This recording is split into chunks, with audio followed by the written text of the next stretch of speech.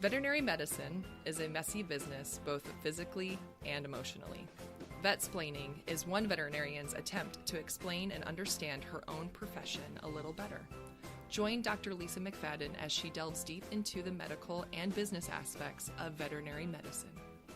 One of the benefits of working for a parent company in veterinary medicine is the resources that are available to help the employees, as well as the employee benefits. So things like 401k, health insurance, disability, both short and long-term, life insurance. And those seem like things that would be standard, but in most small businesses, so most veterinary practices that are not owned by a parent company, they don't have the resources to offer those services to their employees. And one of the nice things about PetWell and about a lot of parent companies is they not only have those resources, but they have a subdivision or a section of the company that is in charge of regulating those, ensuring everyone gets their benefits, as well as supporting the employees. And that is the Human Resources Department. And I was unclear prior to working at PetWell if the Human Resources Department was really there to help the employees or more buffer the company from the employees. And I'm happy to say that with my experiences with Whitney, our Human Resources Department manager, as well as having spoken with her for this interview, they are there 100% to help the employees, which is awesome. And it's nice to know that there's someone in your corner who can and is ready and willing to help you.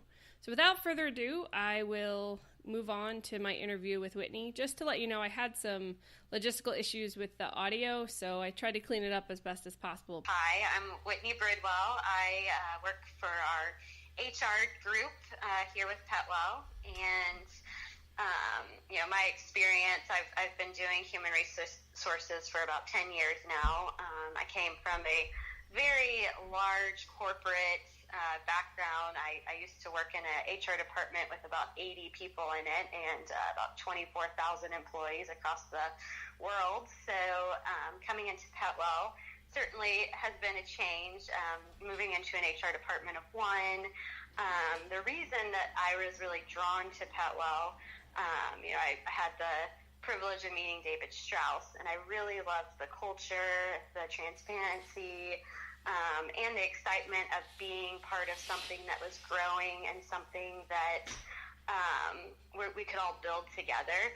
And for my professional growth, I was excited to get the opportunity to put together an HR department, really get to learn every aspect of the HR process and be here to support the team. So that's what I'm here for. And you joined us? I joined in 2016, so I've been here for just over 3 years. And I know we've had kind of a boom in the number of clinics. Are we projecting to add, or are you just going to be the sole? Yeah, definitely. So yeah, and since we started, we're about 475 employees strong now. So, as we continue to grow, we're going to continue to evaluate what the needs are. We don't want to grow too quickly. But yes, there does come a point when you're going to cap out, and at that point, in order to continue to provide best services to our team members, we will add to our department. Great example, we just added Takata Spears, who is now our payroll supervisor, so she's able to focus 100% on payroll-related issues, PTO questions, so that frees me up to work on employee relations type projects and issues.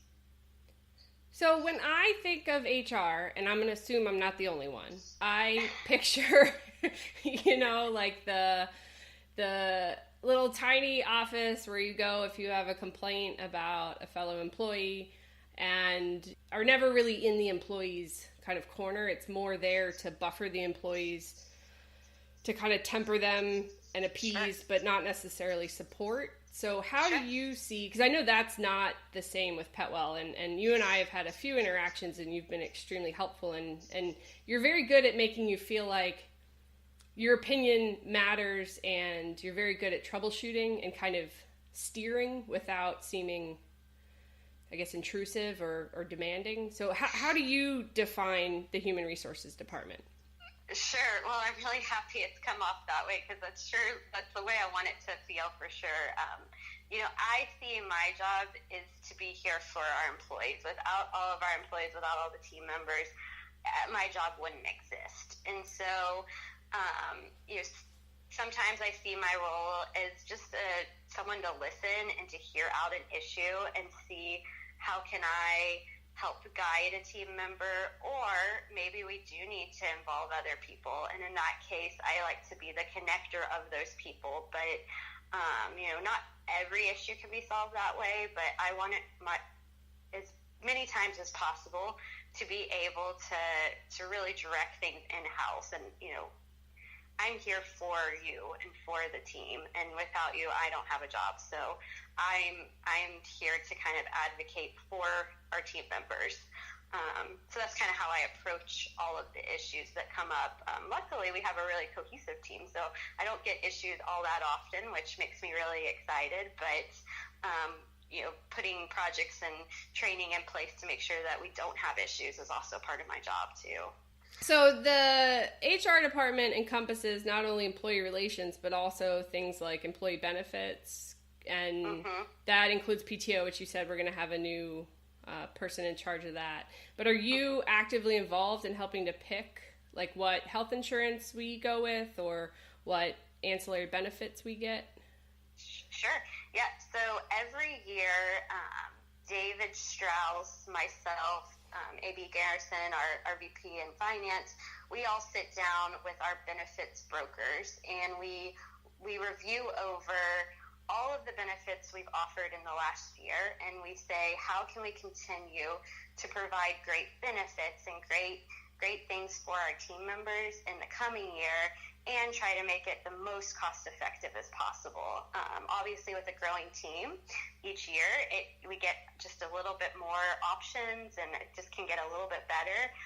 So that's really exciting to see the growth. It means that there's more that we can provide to our team members. But, we do open enrollment at the end of every year. However, open enrollment for me usually starts around July. So this is a long process that we really do review.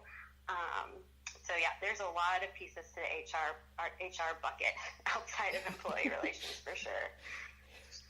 And you said you started with a very large company and you kind of were able to, take the reins at PetWell and formulate it in what you thought would be the best representation for the employees. So what are things that you learned from your previous employment that you said, nope, not going to do that, or yep, definitely going to want to incorporate that? Sure. So nice things about a larger corporation is that you do have the ability to hire experts in every single facet of HR. However, when they approach it, they don't approach it sometimes with as much of a human aspect because they don't know the team members as well as maybe a generalist in HR would know them. So what I wanted to be able to provide when I came and started establishing this department was, hey, the things that we have to do, we're going to have to do them, but let's try to find a way to do them that feels good to our team, that doesn't feel like it's just some, person hanging out over the top saying this is how we're going to do it, but help make sure we explain the why behind it and make sure that it always is in the best interest of our employees and of our group as a whole. And that sometimes is something that can be missing from a larger group when you do have just so many people, and it's provided me with a lot of learning opportunity to learn all of those rules and those kind of how to incorporate it into something that feels good. When you do have the occasional employee conflict, what's kind of do you have like in veterinary medicine, we always make everything scientific. So do you have like an algorithm that you go through or like a kind of baseline approach to dealing with employee conflict? It varies. It really, really does vary. It's what makes my job interesting because every situation is unique in its own way. You might hear similar situations, but they all have their own unique twist. I always like to start giving the benefit of the doubt and saying, let me just hear your story. Let me hear and make sure I understand what has happened. And then go to whoever else is involved and hear their story as well. And a lot of times just hearing somebody's story, you can sort of start weaving things together and seeing what's really happening. So those are kind of my first always go-to is hear the story. And then after that point, together, let's come up with a solution. It has to be all of us working together. It can't be me telling somebody what to do. We all have to decide what's the best way to move forward together. And I know that, like I had said before, you're very good at making you feel heard, and that, because sometimes when you talk to people, they're kind of listening, they're not really super paying attention, or they have these preconceived notions in the back of their mind. But you're very good at appearing. I mean, I know that you are, but it's that initial comfort level, making them feel very comfortable. Is that something that you receive training for? Is that something that's on the job training? How does one become so rational and understanding? Honestly, I think it's just time. Anybody that's getting into HR, if I think back when I first started, I probably approached things a little bit differently, and as time has gone on, I've learned everybody's just people, and everyone wants to come to work, do their job, do a great job, be recognized for that great job, and go home at the end of the day to their family. And nobody inherently is wanting to cause a problem or be a problem or have problems caused to them.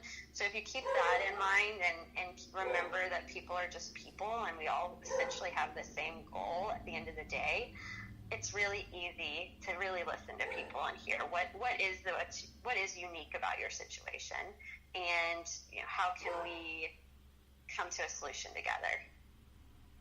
That's awesome. And I know that, I apologize, there's a school bus outside, and apparently children are not allowed to exist in my dog's world, so there you go. We're just gonna, he's like, we have one child, that's enough, no others in the world. So we're just gonna power through his barking. There you go. And having come from a larger corporation and then going into the veterinary field, I mean, the veterinary field attracts inherently either super emotional or emotional people. It's very dichotomous as far as, in my personal opinion, either you have people that get into it because they're sensitive and then that sensitivity rolls over into their work and personal life, or there's people who are really good at compartmentalizing that almost seem robotic because of the compartmentalization. So was it kind of a big shock to come in? Because most corporations, most work environments, are not as high charged and emotional as the veterinary field. So was that kind of an adjustment? Sure. I mean, the vet industry is certainly unique in its way. And it's been a learning experience for me on learning how to help people with those emotions. It's a great problem to have. I want people to come to work and to feel passionate about their work to the point where, they really do feel it. And that's what makes all of our team just so great at their job, is that they do care and they do have that passion. I don't want to shut that down.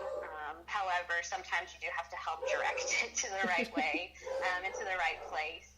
But it's a good thing. And I feel like it's such a unique industry, and I feel really fortunate to be in it because there is that care.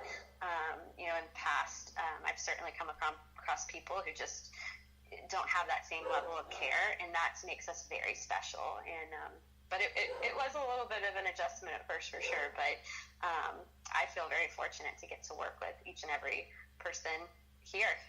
Aw, well, we're fortunate to have you. Oh. It was funny because I when I did relief, I had my own relief business, and I worked for a bunch of different corporate entities in veterinary medicine. And so my interactions with the human resources department was always very brief, but very formal. And I don't know, I always thought it was very interesting because I wondered, how does that work on a day-to-day basis? Yeah. And I'm sure anywhere you go, it's going to be slightly different. I mean, it's just however that vision is for that team. But yeah, I could see that being the way a lot of places probably have a very formal department. So what are some of the goals you have for the HR department at PetWell?